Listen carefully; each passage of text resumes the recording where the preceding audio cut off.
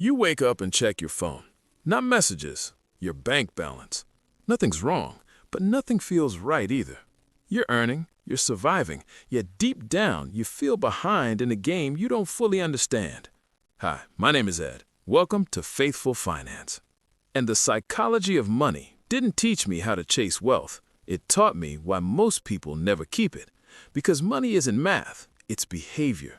You see people succeed and assume they're smarter. But luck and timing play a bigger role than anyone admits. Some wins aren't skill, some losses aren't failures. Still, you blame yourself. Before we go deeper, if this already feels uncomfortably familiar, please subscribe if you're enjoying the video. It's a huge help to my channel, and I genuinely appreciate you for doing that. You can also like the video. Thank you. Every day, you make small decisions. Spend a little, delay saving. Tell yourself you'll fix it later. But later is expensive because compounding doesn't reward intensity, it rewards time, and impatience quietly kills it. No one is crazy. You look at how some people spend money and you think, that's insane. But here's the truth. No one is crazy. Your relationship with money was forged in the fires of your childhood, your first job, and the state of the world when you were 20. If you grew up when inflation was soaring, you see a safe investment differently than someone who grew up in a tech boom. Stop judging yourself for your past financial mistakes. You weren't being stupid.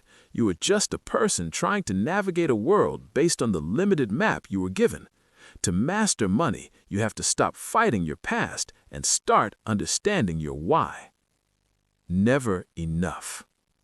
This is the hardest part, the social comparison trap. You finally get the raise, you finally buy the car, and for exactly 3 days, you feel like a king. Then you look to your left. Your neighbor has a bigger yard. Your friend has a better title. Suddenly, the goalpost moves. If your expectations grow faster than your income, you will never be wealthy, no matter how many zeros are in your account. Happiness is just results minus expectations. If you don't learn to say, this is enough, you'll be a slave to the game until the day you die. Wealth is what you don't see. It's the cars not purchased and the diamonds not bought. It's freedom. The biggest mistake isn't losing money. It's getting wiped out. Survival matters more than brilliance. Staying in the game beats winning big once. Yet comfort whispers lies. It tells you risk is bad, volatility is danger. Doing nothing feels safer than being wrong. But avoiding short-term pain often creates long-term regret.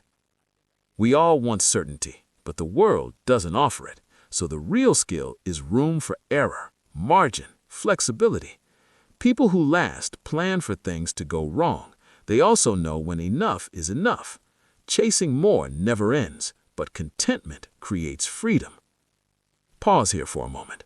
If this perspective is helping you think differently, please subscribe to the channel. It directly supports this work, and I truly appreciate you. And if you like the video, thank you. Luck and risk. We love a good self-made story, but the line between bold and reckless is thinner than you think. Every outcome in your life is a result of more than just your individual effort. There are two invisible forces at play, luck and risk. When things go well, realize you aren't as smart as you think you are. When things go wrong, realize you aren't as dumb as you feel. Focus less on specific individuals, the 1 in a billion icons, and focus more on broad patterns. Success leaves clues, but luck leaves footprints. Be humble when you win, and be compassionate with yourself when you lose. Getting wealthy versus staying wealthy. Getting wealthy requires taking risks, being optimistic, and putting yourself out there. But staying wealthy? That requires the exact opposite. Staying wealthy requires humility and paranoia. It's the realization that everything you have could be taken away tomorrow. It's about survival, not being a genius for 1 year, but being unkillable for 20. The most powerful force in the financial universe isn't a high salary, it's time. And you can only let time work its magic if you survive long enough for it to compound. Stop looking for the home run. Start looking for the don't get knocked out. Money messes with ego. We compare, we imitate, we copy strategies without copying patience. But what works for others can destroy you if it doesn't match your temperament. The best plan is the one you can stick with when fear shows up. Stories mislead us. We remember winners, forget the thousands who vanished. Tails drive outcomes more than averages ever will. So humility matters. You don't need to predict the future. You need to behave reasonably when you can't.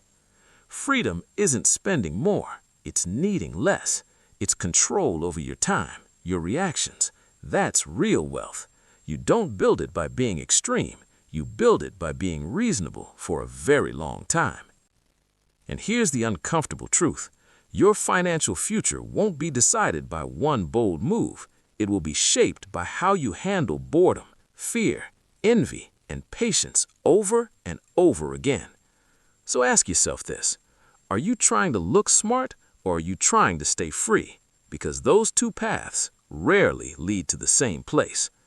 If this hit home, subscribe. We're building a different kind of wealth here.